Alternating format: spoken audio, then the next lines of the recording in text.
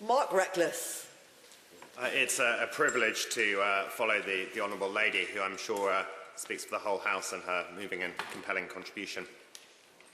The Honourable Member for Harrow West earlier spoke of Transport for London and the Mayor of London and TfL's ridiculous plans that no one could do anything about. And he gave two examples, one of which was a Thames Estuary airport. And I'm pleased to say that we could do something about that. And actually, following a fantastic campaign, which the Aviation Commission said generated more representations to them than any other, and which I was privileged to lead in my constituency with people from the Hoo Peninsula, from elsewhere in the constituency, but also from across the country and beyond, that on the 2nd of September this year, that Thames Estuary Airport pie-in-the-sky proposal promoted by the Mayor of London was categorically ruled out. Unfortunately, 2 days later, Medway Council's own planning committee attacked the Hoo Peninsula with its own threat, a very serious threat to build 5,000 houses approximately at Lodge Hill in my constituency and in a bird sanctuary. So 2 days after we had that Thames Estuary Airport dreadful threat ruled out, we now have this to deal with. 5 days after that, Medway Council, as it had to, referred that application to the Secretary of State to consider whether it should be called in. No. On the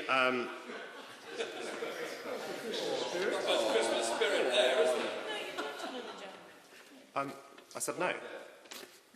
On the planning applications criteria for call-ins, what used to be the Cabourn criteria, there are 3 of these criteria which would appear very clearly to be met by this application, such that a call-in is required.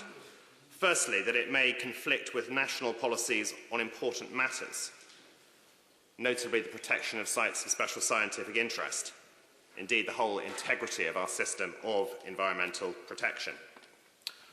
Also, could have significant effects beyond their immediate locality. This one could even have effects up to West Africa, where the nightingales, which caused this site to become a site of special scientific interest, where they spend the British winter. It would also clearly have or may have an impact on Essex, where the Planning Committee of Medway Council, in its wisdom, has accepted a proposal that the nightingales can be told to go to this alternative location somewhere in Essex. We don't have much in the way of details of that, but it clearly leads to potentially effects beyond the immediate locality. And I think perhaps most importantly, the impact that approving this proposal or failing to call it in and seeking to nod it through with a green light would have on other sites of special scientific interest across the country. It also satisfies the criterion give rise to substantial cross-border or national controversy. Having been at the centre of such controversy during the recent Rochester and Stroud by-election, I can vouch to that.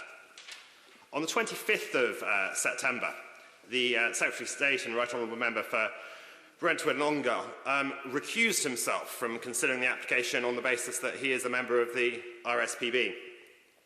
2 days later, I recused myself from the Conservative Party and determined to fight a by-election partly on this issue. Since the Secretary of State recused himself, the matter has been considered by the Honourable Member for Great Yarmouth. And he wrote to me on the 15th of October and asserted, and I was glad to hear this, that no ministerial decision had been taken on whether the matter should be called in. And he criticised what he described as my claim that such a decision had been taken. Of course, it wasn't my claim. It was a claim made by the Deputy Leader of Medway Council, Councillor Alan Jarrett, in a meeting of Conservative councillors. And his statement, apparently, that it had been communicated to him by the government that the proposal would be green-lighted and would not be called in, was such that it led to one of the councillors present at that meeting, Councillor Peter Rodberg, leaving the Conservative group and joining me in UKIP. And he says, and this is borne out by another councillor who's spoken to me who remains a Conservative, that at the end of that meeting, after the councillors were told that the government was going to green-light it, another councillor, Councillor Peter Hicks for Stroud Rural, then told the meeting that they should keep quiet about it until after the election. So it's a pleasure to hear from the Honourable Member for Great Yarmouth that he is taking this issue of the call-in sort of properly. He recognises he's acting in a quasi-judicial capacity, and at least in terms of the time he has taken already, and the correspondence which he has put out, he appears to be taking his duties with diligence. And his most recent letter was written on the 8th of December, and it was to Councillor Rodney Chambers, the leader of Medway Council. And in that letter, and as far as I'm aware, this is unprecedented. Since this government's been in office, it seems no more than a dozen applications have been called in every year. Under the previous government, it was perhaps around 30 a year. But I'm not aware of any precedent for such a letter.